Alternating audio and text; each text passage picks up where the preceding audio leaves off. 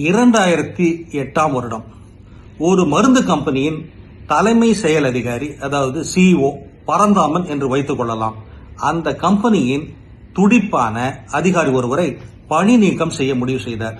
தன்னுடைய ஆலோசகரிடம், என்னுடைய சிறந்த விற்பனையாளர் தான் எனக்கு மிகப்பெரிய வேதனை, எனக்கு பிறகு அவர்தான் பொறுப்புக்கு வரக்கூடிய ஆள், ஆனால் அவரை பணி நீக்கம் செய்தே ஆக வேண்டிய நிலையில் இருக்கிறேன் என்று கூறினார். அந்த ஆலோசகர் குறிப்பிட்ட அந்த நபரை, பெயர் கிருஷ்ணன் என்று வைத்துக் கொள்ளலாம், சந்திக்க சென்றார்.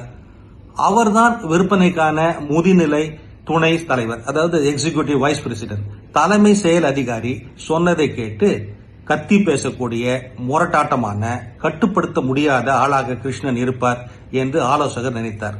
ஆனால் நினைத்ததற்கு முற்றிலும் மாறான, துடிப்பான, பணிவான, கவர்ச்சியான, முழு குழுவாலும் மதிக்கக்கூடிய ஒரு மனிதர் இருந்தார். பிறகு ஏன் சிஇஓ பரந்தாமனுக்கு இவ்வளவு கோபம்?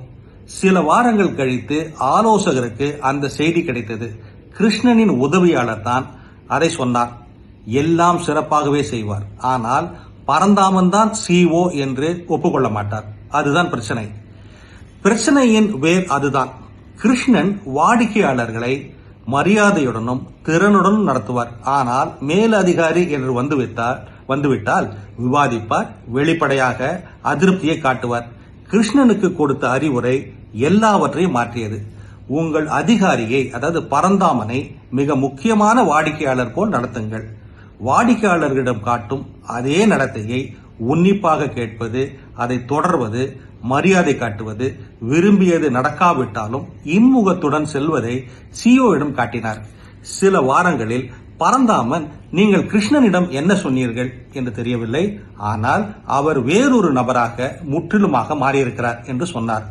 இதிலிருந்து எல்லா முடிவுகளும் அதிகாரத்தில் உள்ளவர்களாலேயே எடுக்கப்படுகிறது. மிகவும் ஸ்மார்ட் ஆனவர்களாலோ, மிகவும் தகுதி படைத்தவர்களாலோ அல்ல. அந்த இடத்தில் இருப்பவர்களிடம் நேர்மறை எண்ணத்தை உருவாக்கினால் போதும், ஒரு மாற்றத்தை உங்களால் ஏற்படுத்த முடியும். அப்படி நேர்மறை எண்ணத்தை உருவாக்க முடியாவிட்டால் உங்களால் எதையும் செய்ய முடியாது என்பதை அறிந்து கொள்ளலாம். ரோஷன் சாவந்த் இப்படி சொல்லுகிறார். இது போன்ற சிந்தனைகளை தவறவிடாதிருக்க தமிழ் பூமர் அபிஷியல் சேனலை சப்ஸ்கிரைப் செய்யுங்கள்.